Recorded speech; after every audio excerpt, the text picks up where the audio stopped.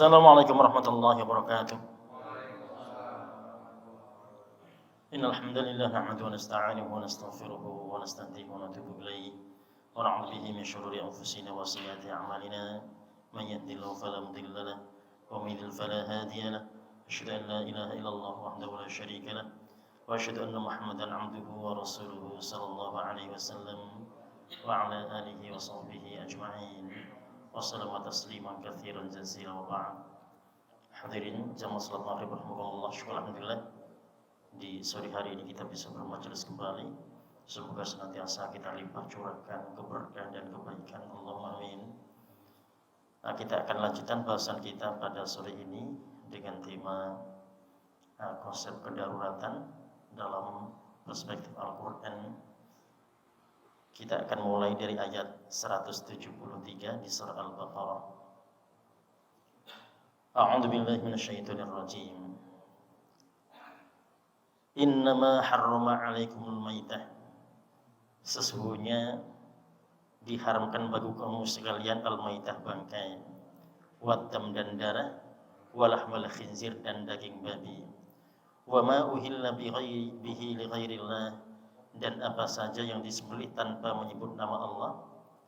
Faman turra ghairu baghin, barang siapa yang terpaksa bukan karena menginginkan, wala adin, dan dia tidak berlebihan ketika dia mengambilnya, fala itsma alaihi, maka tidak dosa baginya.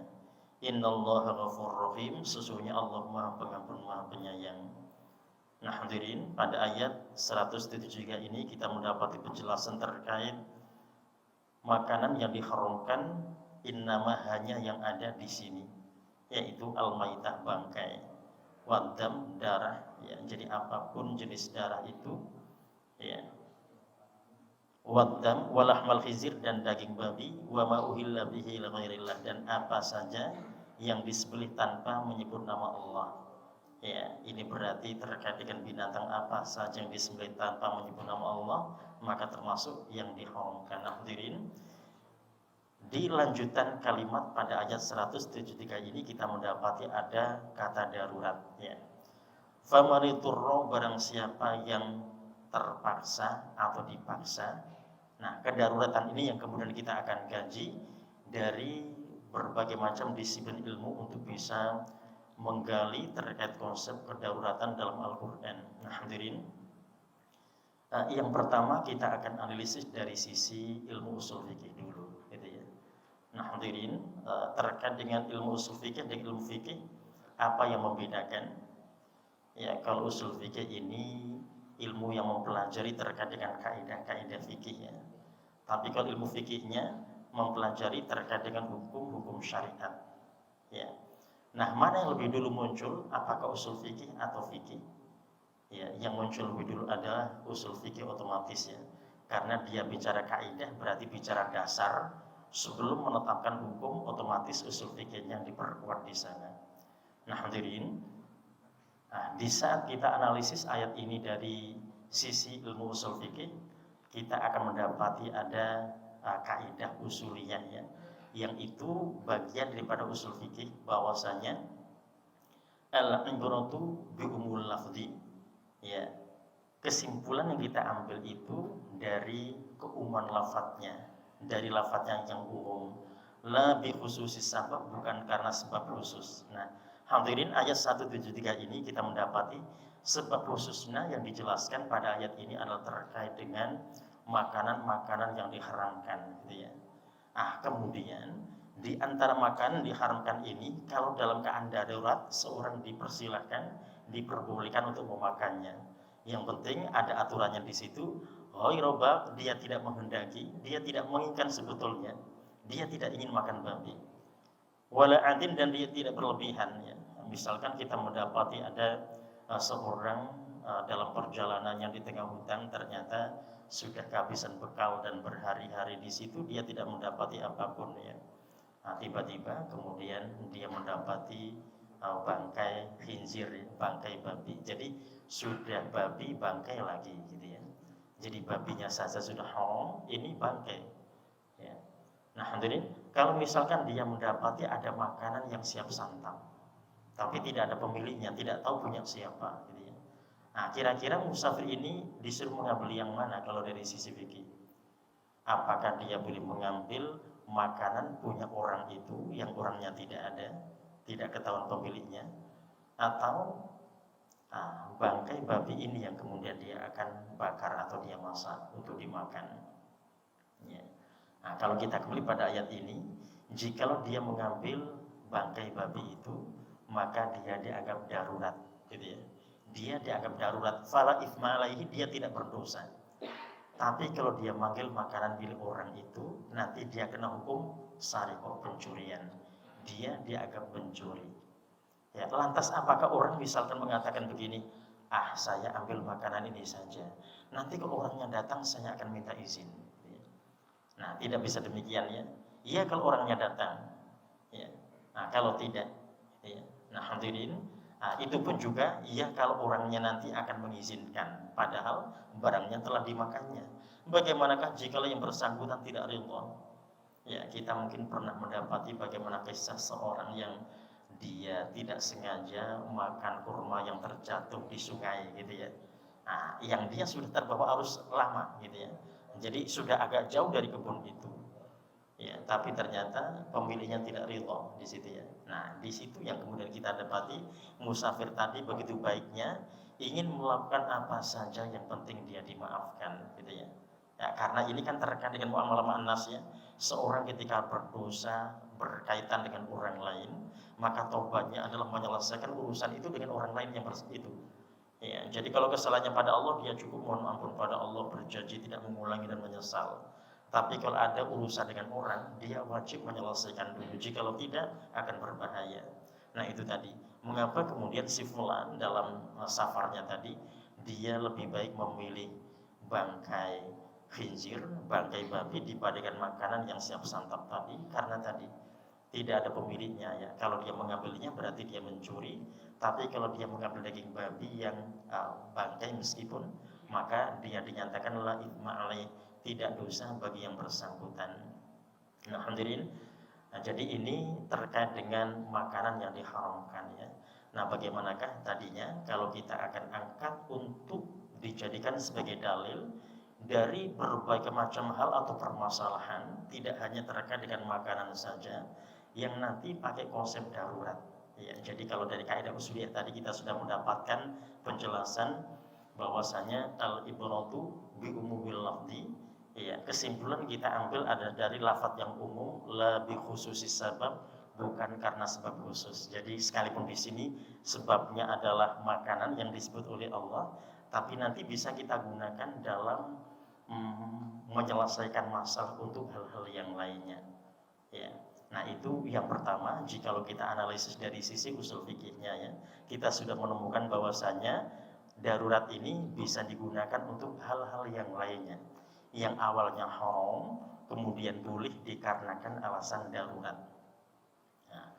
Nah, hadirin, ketika kita mendapati kaidah usuliyah ini apakah sudah cukup? Belum cukup ya. Ya, karena kita mesti menggali dari sisi fikihnya. Nah, hadirin, dari sisi fikihnya apa yang kemudian kita dapatkan?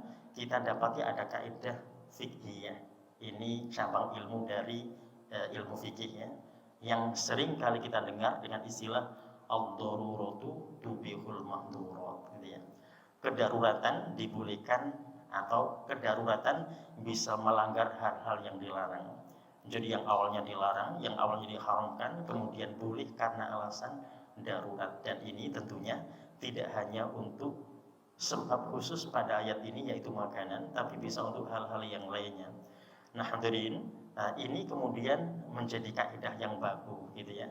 Kaidah yang baku untuk menetapkan ad-daruratu tubihul mahdurat. Jadi kalau misalkan umat bertanya, dari manakah kaidah itu didapat? Kok tiba-tiba ada ad-daruratu tubihul mahdurat? Itu tadi didapat dari ayat Al-Qur'an ini ketika dikaji dari sisi ilmu fikihnya. Ya, nah kemudian jikalau kita bertanya lagi, mengapa ayat ini sifatnya khusus kok kemudian bisa digunakan untuk hal-hal yang lebih umum lagi? Ya, tadi kita sudah menemukan kaidah usuliyah ya, bahwasanya al-ibratu bi umumil lafzi la bi khususis sabab. Kesimpulan kita diambil dari keumuman lafadznya, bukan karena sebab-sebab khusus. Nah, itu sudah memperkuat semuanya hadirin, sehingga ketika kita mendapati istilah ad-daruratu tubil ma'dhurat ini tetap kita akan jaga dan kita pegang dengan baik. Nah, hadirin, ketika kita sudah menemukan konsep ini, kita sudah mendapati kaidah ad-daruratu tubil ma'dhurat, kemudian kita akan gunakan untuk bisa menyikapi berbagai hal yang terjadi dalam kehidupan kita ini. Kita ambil contoh yang pertama. Nah, contoh yang pertama kita ambil dari ayat 9 di surah Al-Jumu'ah. Ya, terkait apa itu hadirin? Itu terkait muslim yang mukim wajib melaksanakan Jum'ah, gitu ya. Ya, di ayat 9 insyaallah kita sudah familiar dengan ayat itu. Ya. Ya ayyuhalladzina amanu idza nudiya lis-salati min yaumil jum'ah, wahai orang-orang yang beriman, jikalau dipanggil diseru untuk melaksanakan salat Jum'ah, fas'au ila dzikrillah, maka bergegaslah untuk mengingat Allah. Wadharul bai', dan tinggalkanlah jual beli. Dzalikum khairul lakum in kuntum ta'lamun, yang demikian itu lebih baik bagi kamu sekalian jikalau kamu sekali mengetahui. Nah, di sini kita mendapati hadirin ada perintah di situ ya. Perintah untuk meninggalkan perniagaan, perintah untuk meninggalkan perdagangan. Ya. Nah, ini bagi yang mukim maka sudah dipastikan kesimpulannya Jumat itu wajib, gitu ya. Kalau musafir tidak wajib mereka melaksanakan Jumat. Ya. Nah, kemudian bagaimanakah jika kita kaitkan ayat 9 ini dengan muslim yang mereka berdomisili apa?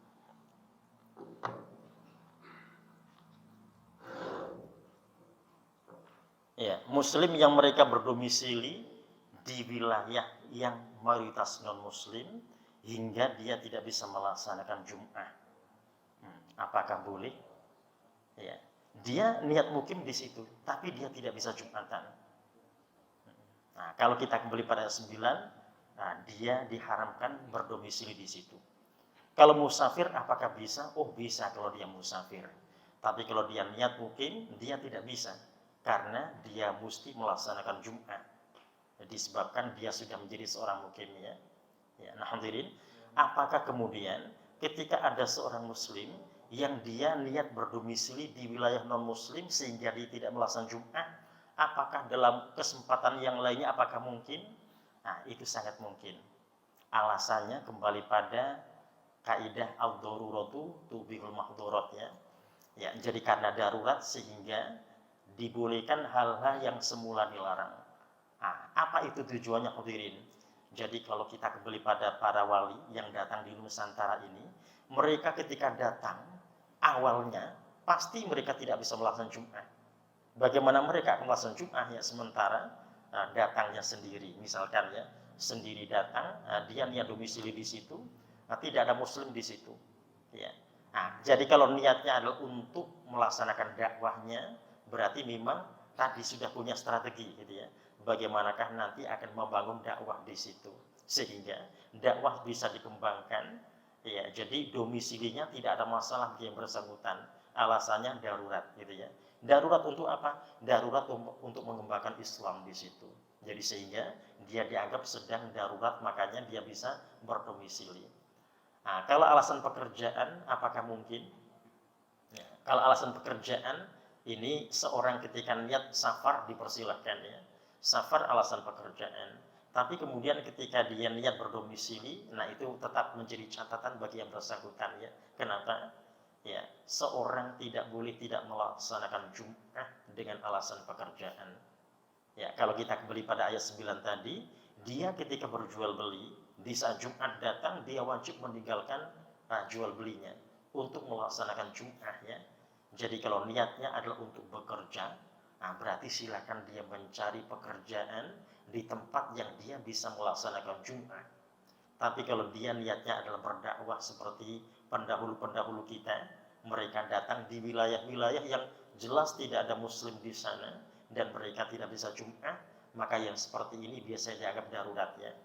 Ya, jadi kalau domisilinya muslim di wilayah tertentu yang tadi mereka tidak bisa melakukan Jum'ah, dianggap darurat kalau untuk berdakwah.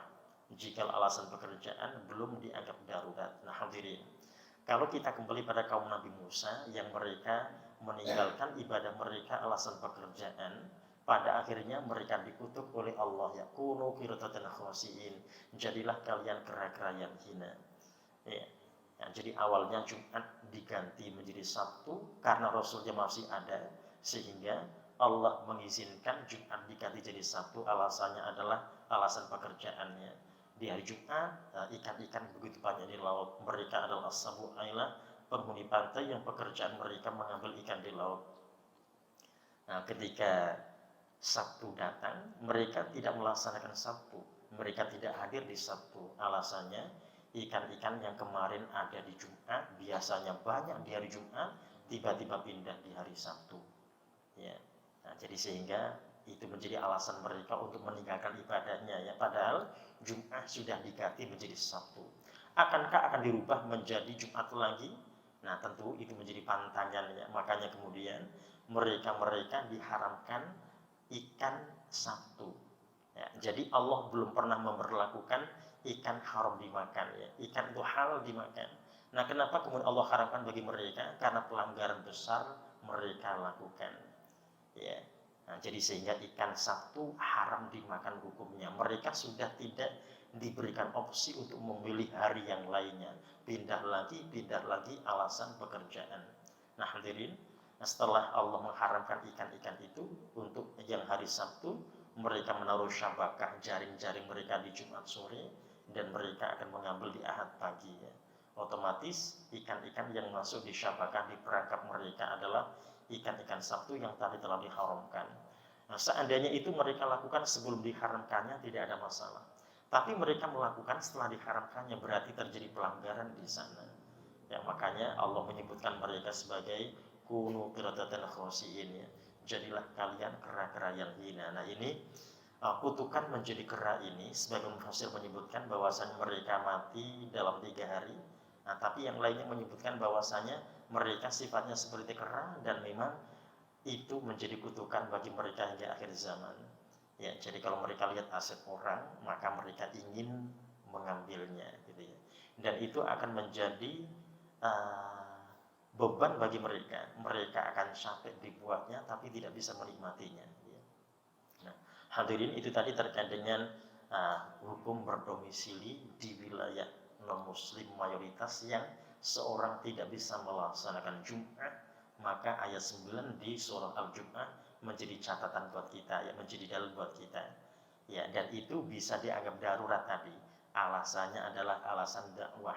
Berarti ada visi dan misi yang akan dia bangun di tempat itu, sehingga nanti Islam bisa berkembang di situ, dan kemudian ada masjid-masjid di sana yang kemudian tidak hanya dilaksanakan Jumat, tapi juga dilaksanakan syiar-syiar Islam yang lainnya. Ya, nah itu contoh yang pertama. Nah, contoh berikutnya hadirin, jadi kesimpulannya untuk domisili di wilayah non-muslim yang dia tidak bisa Jumatan, boleh dengan catatannya. Nah, keadaan darurat yang menjadikan dia dinyatakan boleh untuk berdomisili di situ, alasannya adalah untuk dakwah. Nah, kita ambil contoh yang lain hadirin.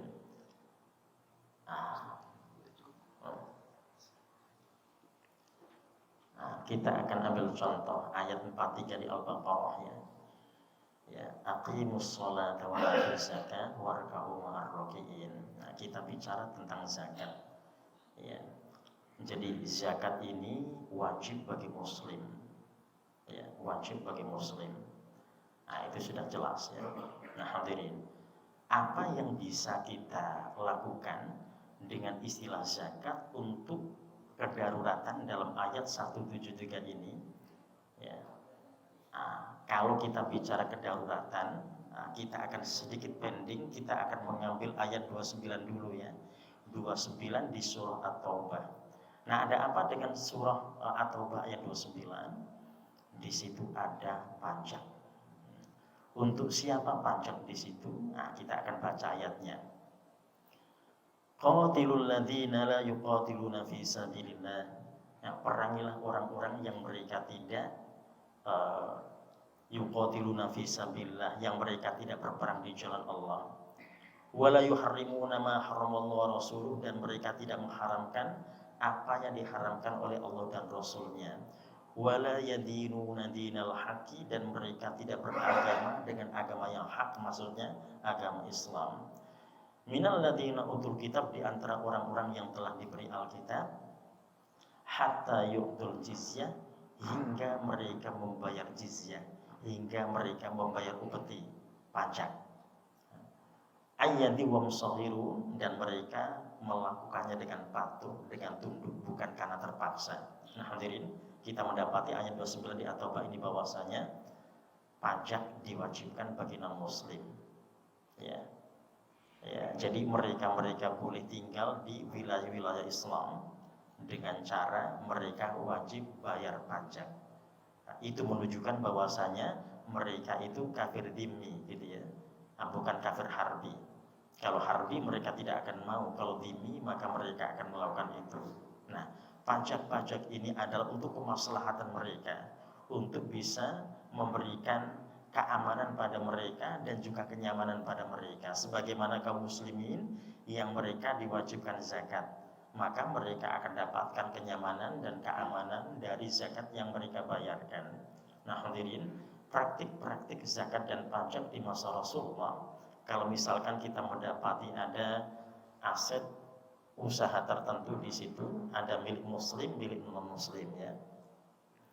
Nah, di saat bayar zakat, milik non muslim dipisahkan dulu, ya, karena non muslim haram bayar zakat, ya, sehingga dipisahkan dulu. Milik muslim saja yang akan dihitung, dibayarkan zakat, ya. Giliran ketika pajak diberlakukan, maka milik muslim dipisahkan dulu, karena muslim haram bayar pajak. Ya, yang dihalalkan adalah yang non muslim. Nah, jadi sehingga pajak diambil dari yang non muslim, ya, yang milik muslim tidak kena, gitu ya. Ya, jadi muslim wajib bayar zakat, non muslim wajib bayar pajak. Muslim haram bayar pajak, non muslim haram bayar zakat. Sehingga ketika terjadi pembayaran zakat dan pajak mesti jelas, ya, ini aset siapa yang akan diambil. Nah, kalau zakat berarti hanya dari muslim saja, kalau pajak berarti dari non muslim saja. Nah hadirin, kenapa kemudian kita mendapati pajak kok jadi halal, pajak kok jadi boleh? Alasannya apa? Ya, alasannya kembali pada 173 ini, alasan darurat, gitu ya. Ad-daruratu tubihul mahdurat. Kenapa alasan darurat? Karena negara tidak bisa berjalan dengan baik jikalau tanpa pajak dari kaum muslimin. Nah hadirin, di dunia ini saya belum pernah mendapati ada non muslim diwajibkan zakat. Alasan darurat, karena negara sedang darurat, ya, belum pernah ada. Tapi ketika ada muslim di sana, ternyata diberlakukan pajak, alasannya darurat. Ya, ya. Nah, kalau kita bicara tentang dengan kedaruratan, mengapa yang muslim kok disuruh bayar pajak, sementara non muslim tidak disuruh bayar zakat, gitu ya. Ya, kalau alasan darurat otomatis tadi yang mestinya haram jadi boleh, alasan darurat. Ya. Nah, ini kita sejak lahir, ada nggak Pak di antara kita yang ketika lahir belum ada pajak? Atau semuanya sudah pajak? Ya, berarti pajak sejak kita lahir berarti darurat terus, gitu ya. Ya, ini di dunia ini yang tidak memperlakukan pajak itu Uni Emirat Arab. Nah, tidak memperlakukan pajak bagi muslim, ya, mengikuti konsep syariah, karena sudah tidak dianggap darurat lagi, ya. Jadi yang pajak khusus yang non muslim saja. Nah hadirin, di situ kita mendapati ada kebolehan dari yang awalnya haram menjadi boleh, alasan darurat. Sehingga ayat 173 ini tidak hanya digunakan dalam hal makanan saja, sembelihan saja, tapi juga digunakan dalam hal yang lainnya. Tadi kita bisa ambil pelajaran terkait dengan domisili, gitu ya. Ya, jadi domisili tadi dipersilahkan, dibolehkan alasan darurat, ya. Nah, dan itu yang tetap akan jadi pegangan. Artinya seorang ketika alasan bekerja berarti dia tetap akan berpikir 1000 kali di situ. Ya, nah, berarti cukup dia alasan safar saja ketika pekerjaannya, ya jadi alasan dinas ke tempat tertentu sehingga dia bisa tidak Jumat dan alasan safar, tapi dia tidak niat untuk bermukim sehingga statusnya tetap sebagai musafir, gitu ya. Jadi kebolehannya adalah untuk mereka-mereka yang memang niat berdakwah, mendakwakan Islam di wilayah itu. Nah, begitu juga tadi terkait dengan zakat dan pajak, ya. Nah, jadi pajak boleh bagi muslim dihalalkan yang awalnya adalah haram karena alasan darurat. Ya, jadi mungkin suatu saat kalau ada suatu negara yang daruratnya sangat, gitu ya. Ya, boleh jadi yang non muslim akan bayar zakat alasan daruratnya. Yang awalnya tidak boleh kemudian menjadi boleh alasan darurat. Nah, hadirin, ayat 173 ini kita bisa implementasikan dalam hal apa saja. Ya, jadi sekalipun terkait dengan makanan, tapi al-daruratu tubil madhurat ini sudah menjadi sebuah kaidah dalam ilmu qawaid fiqhiyah, gitu ya. Yang sebetulnya ini adalah metode untuk memudahkan kaum muslimin agar mereka bisa menetapkan suatu hukum, memudahkannya. Ya, jadi sehingga kita mendapati kemudahannya. Ya, seorang ketika membaca ayat 173 ini, mungkin mereka akan hanya berkutik seputar makanan saja. Tapi ketika mereka mengkaji tafsirnya secara mendalam dari berbagai macam disiplin ilmu untuk bisa memperkuat itu, maka nanti kita bisa mendapati banyak pelajaran di sana. Jadi sehingga disitulah konsep kedaruratan bisa kita dapatkan, gitu ya. Nah, jadi muslim sudah tidak ragu lagi bahwasanya pajak mereka insya Allah halal kalau memang dinyatakan darurat. Berarti penguasa tetap harus melakukan kajian-kajian, ya, kajian-kajian termasuk besarannya pajak dan sebagainya, gitu ya. Ya kenapa begitu? Ya tadi, ya karena memang awalnya adalah karena darurat, gitu ya. Ya, kecuali kalau memang ada sebuah negara yang sudah memastikan bahwasanya pajak yang diberlakukan bukan karena darurat, tapi sudah menjadi kebiasaan. Nah, itu yang model begitu, itu akan sulit untuk melakukan kajian. Ya, nanti yang mereka sadar diri terkait dengan konsep Al-Quran, maka mereka akan mengkaji dan mengkaji, ya. Jadi apakah masih dalam keadaan darurat atau tidak? Kalau tidak dalam keadaan darurat, maka pajak akan dihapuskan. Tapi kalau tetap dalam keadaan darurat, maka pajak tetap akan diberlangsungkan. Itu jikalau mereka melihat konsep Al-Qurannya. Tapi jikalau tidak, tadi jikalau dianggap sebagai sebuah kebiasaan, maka akan sulit mereka untuk mengkaji ulang terkait kebijakan-kebijakan pajak itu. Ya, jadi sehingga ini menjadi pelajaran buat kita semua dan kita tahu hukum awalnya apa, gitu ya. Kemudian kenapa dia bisa berubah? Tadi alasan adalah dikarenakan al-daruratu tubihul mahdurat, ya. Jadi yang darurat ini bisa diizinkan atau dibolehkan untuk melakukan pelanggaran terhadap apa yang awalnya dilarang. Ya. Nah, hadirin, jadi sekalipun 173 ini tampak kalau kita baca sempit hanya di situ, ya, tapi bisa dikembangkan dengan cara itu dan disitulah kita bisa mendapati kesimpulan terkait dengan kaidah yang kemudian sudah muncul di permukaan, ya, yang kita kenal dengan istilah qawaid fiqhiyah. Nah, dan ini adalah salah satu di antara kaidah, masih banyak kaidah-kaidah yang lainnya yang nantinya bisa kita gali dari Al-Quran sehingga akan memantapkan dan memudahkan kaum muslimin untuk menetapkan sebuah hukum ini boleh atau tidak. Ya, nah hadirin rahimakumullah, itu insyaallah sebagai mukadimah dalam pembahasan kita di malam hari ini terkait dengan konsep kedaruratan dalam perspektif Al-Quran. Dan silakan yang ingin interaktif seputar topik dipersilakan, atau boleh ada yang mengambil contoh-contoh yang lainnya yang awalnya dinyatakan haram kemudian boleh oleh karena kedaruratan. Ya, silakan.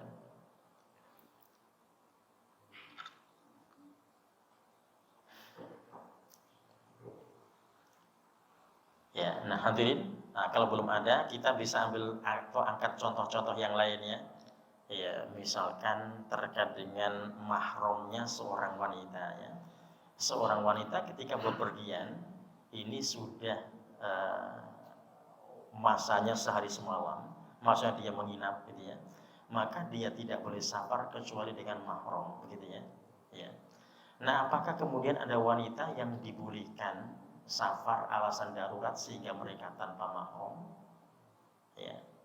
Nah, itu nanti akan disesuaikan dengan kondisi masing-masingnya.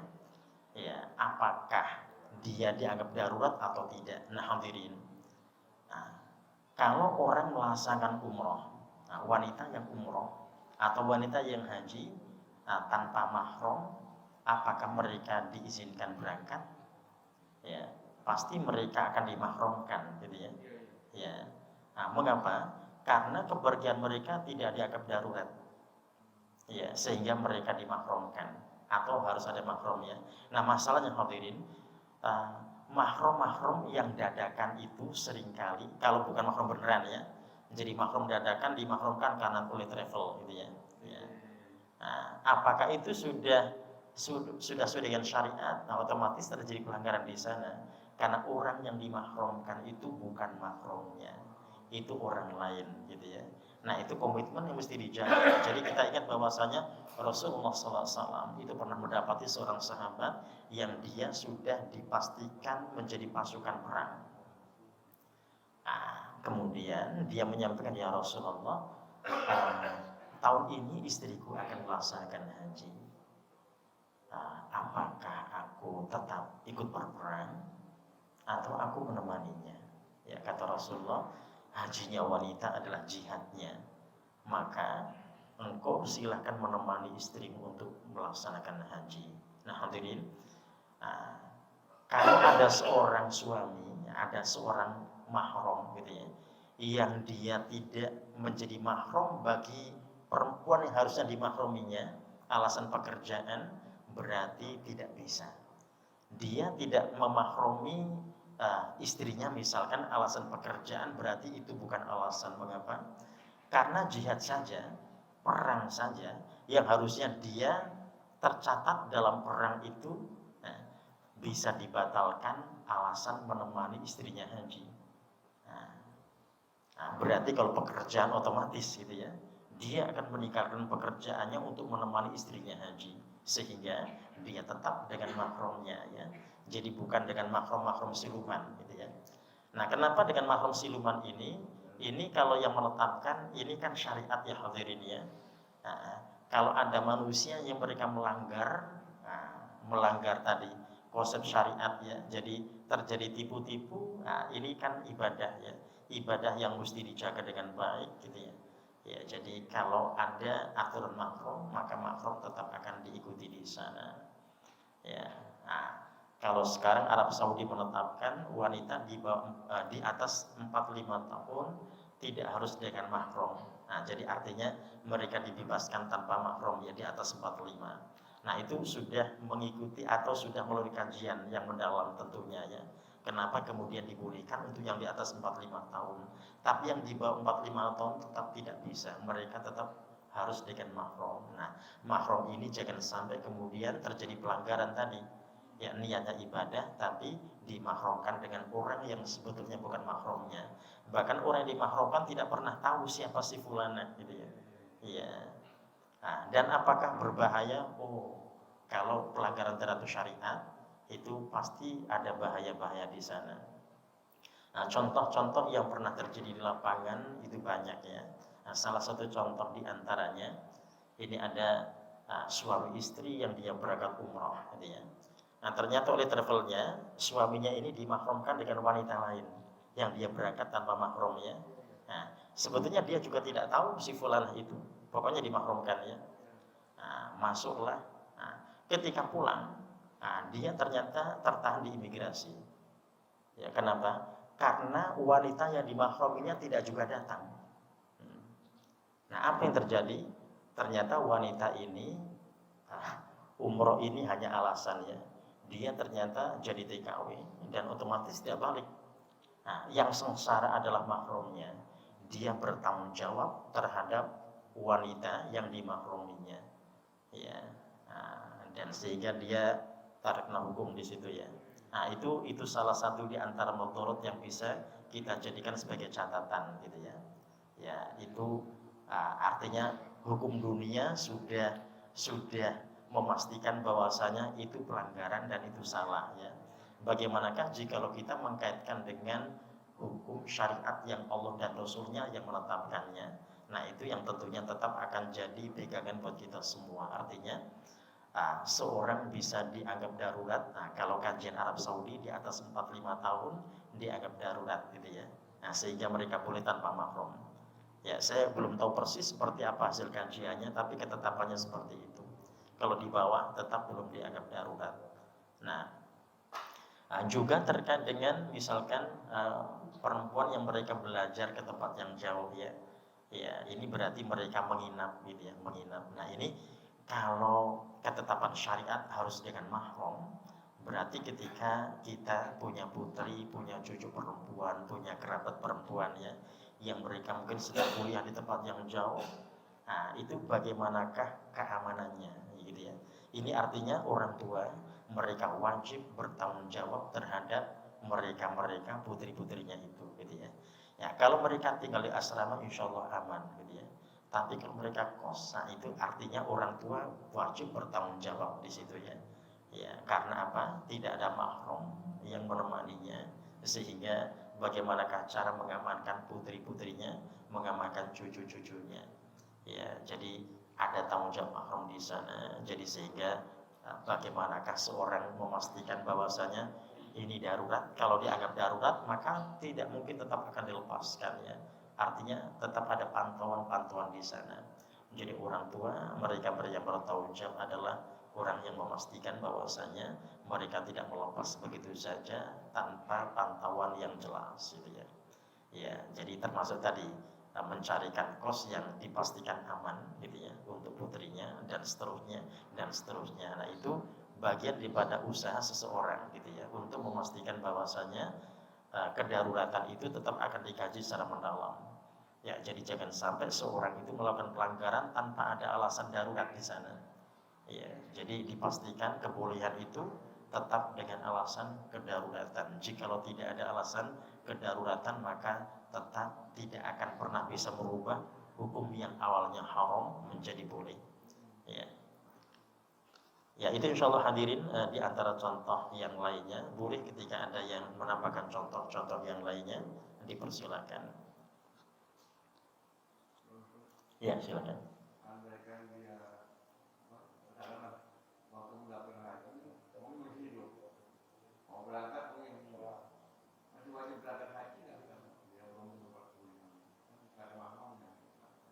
Oh iya, iya, ya. Jadi ini kan bisa ya, bisa kemudian siapa di antara keluarganya, di antara mahram yang lainnya yang bisa membatalkan ini kan bisa dibatalkan ya. Ya, jadi alasan memahromi seorang wanita, ya, ya, dan itu alasan yang syar'i ya. Ya, jadi mahramnya meninggal sehingga ada pengganti mahram di situ keluarganya mengganti posisinya gitu ya. Ya ini bagian daripada usaha gitu ya. Jadi usaha seseorang untuk bisa memastikan bahwasanya ada ikhtiar yang telah dilakukan. Artinya kita tidak menyerah begitu saja ya. Ya, jadi ikhtiar di sana tetap harus diusahakan. Ya, apakah ada putranya atau ada cucunya atau ada keponakannya yang bisa haji terlebih dahulu untuk menggantikan posisi yang wafat ini gitu ya. Ya, jadi sehingga yang bersangkutan juga bisa haji dan otomatis bisa menjadi mahram bagi seorang wanita ini. Ya. Nah itu insya Allah di antara ikhtiar yang bisa dilakukan ya. Jadi antara kaum muslimin tidak boleh menyerah begitu saja. Jadi tetap ada usaha, ada ikhtiar ya untuk memastikan bahwasanya si fulana berangkat tetap bersama mahram. Ya. Dan kita ingat mahram itu banyak ya. Seperti Allah jelaskan di surah An-Nisa ayat 23, itu semua yang di ayat itu mahram semua gitu ya. Ya. Ya itu insya Allah. Ada yang lain? Dipersilakan. Ya silakan. Kalau misalkan ada seorang anak ya, itu ada dua orang tua, dan itu punya anak kiri itu perempuan, ya soleh juga. Cuman ketika anak perempuan itu sama bapaknya yang bapak kiri ya, itu apa boleh ini sih bersentuhan antara tuh? Nah ya, ya. Nah itu termasuk mahram ya. Ya jadi begini. kalau ibunya, jadi ibunya dinikahi, kemudian terjadi percampuran, maka anak tirinya ini sudah menjadi mahram baginya. Tapi kalau belum terjadi percampuran, maka belum menjadi mahram. Artinya, ketika misalkan terjadi perceraian sebelum percampuran dengan ibunya, itu dia bisa menikah dengan anaknya, gitu ya. Tapi kalau sudah terjadi percampuran tidak boleh lagi, gitu ya. Nah itu tadi, jadi seorang ayah tiri ini bisa menjadi mahram bagi anak tirinya ketika syarat itu sudah tercapai ya. Ya, jadi dia bisa menjadi mahram sebagaimana saudara sesusuan ya yang bisa menjadi mahram, tapi dua-duanya tidak mendapatkan hak waris gitu ya. Jadi saudara sesusuan memang mahram tapi bukan pewaris. Nah, anak tiri mahram tapi bukan pewaris. Nah, bedanya di situ. Ya, ya silakan.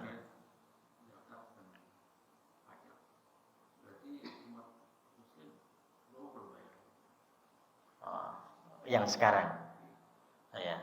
Nah, kalau di Uni Emirat Arab nggak double pak, karena nggak ada pajak mereka. Ya, yang double yang di sini ya, yang di sini double. Di Masya Allah tidak double. Jadi yang Muslim yang zakat, non Muslim yang pajak. Ya. Itu nanti ketetapan negara yang menentukannya. Ya. Karena negara menentukan, sehingga masyarakat Muslim mereka tidak bisa menolak. Ya. Dan tadi tetap prinsip darurat tetap dipegang ya. Jadi kalau prinsip darurat dipegang, berarti kan ada kajian terus gitu ya. Ya. Tapi kalau tidak pegang prinsip darurat, nanti bisa lepas itu ya. Nanti dianggap tradisi gitu ya. Kalau dianggap tradisi, maka tidak ada kajian terkait dengan itu. Ya. Jadi yang namanya kedaruratan kan selalu dikaji Pak ya. Ini darurat atau enggak ya? Atau sudah mulai bisa mandiri? Kalau sudah mulai bisa, berarti mesti ada pengurangan-pengurangan kalau begitu gitu ya. Jadi artinya penguasa yang baik tetap akan berusaha untuk mengkaji gitu ya. Sehingga misalkan warga Jakarta gitu ya. Yang rumahnya di bawah 1 M tidak kena pajak misalkan gitu ya. Ya, karena kalau mereka kena pajak nanti bisa terusir gitu ya. Karena membayarnya saja nggak kuat gitu ya. Pajaknya nggak kuat ya. Nah, itu contoh gitu ya, contoh. Ya, artinya tetap ada kajian-kajian di situ. Ya, apakah mereka itu layak dipaksa untuk pajak sementara mereka tidak mampu sebetulnya untuk bayar pajak. Nah, itulah kajian yang insya Allah akan menjadi kebaikan bagi rakyat gitu ya. Ya, dan tetap itu menjadi tanggung jawab dari penguasa. Ya, jadi mesti ada kajian-kajian di sana sehingga tidak terus bukan malah turun ya, tapi malah naik gitu ya. Nah, jadi kalau kajiannya berarti mesti turun ya. Nah, kalau naik kemungkinan besar karena kedaruratannya bertambah. Itu bisa terjadi kalau naik ya.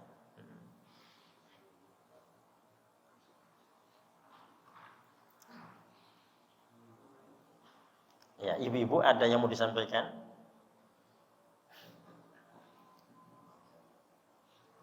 Ya, kalau belum ada, ya kita cukupkan sekian. Ya, kita sudah masuk di waktu Isya. Ya, kita akhiri bersama dengan hamdalah dan doa kafaratul majelis. Alhamdulillahirabbil alamin. Wa subhanakallahumma bihamdika asyhadu an la ilaha illa anta astaghfiruka wa atubu ilaik. Wassalamualaikum warahmatullahi wabarakatuh.